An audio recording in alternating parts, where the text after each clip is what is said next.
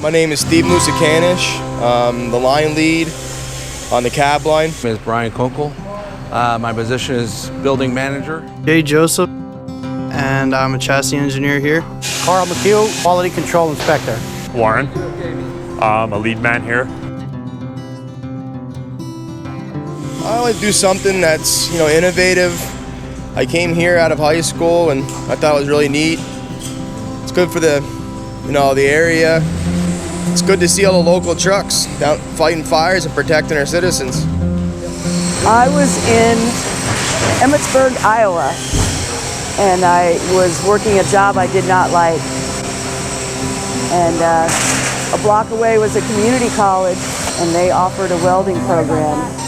And I started class that fall and fell in love with it. We don't really get to talk to, say, the fire companies that often.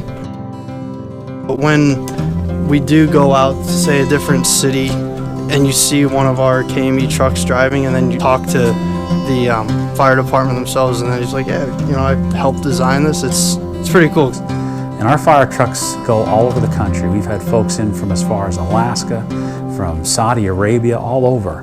And one thing that they like to say is that they can't believe they've come to our small little area. We build trucks that save lives, and that's one of the biggest impacts that it has throughout the whole community. So we employ around 600 folks here, so that's a big thing for the economy, big thing for the area. And quite honestly is, when someone's having one of the worst days of their lives, what shows up to help them out? 9 times out of 10, it's a fire truck.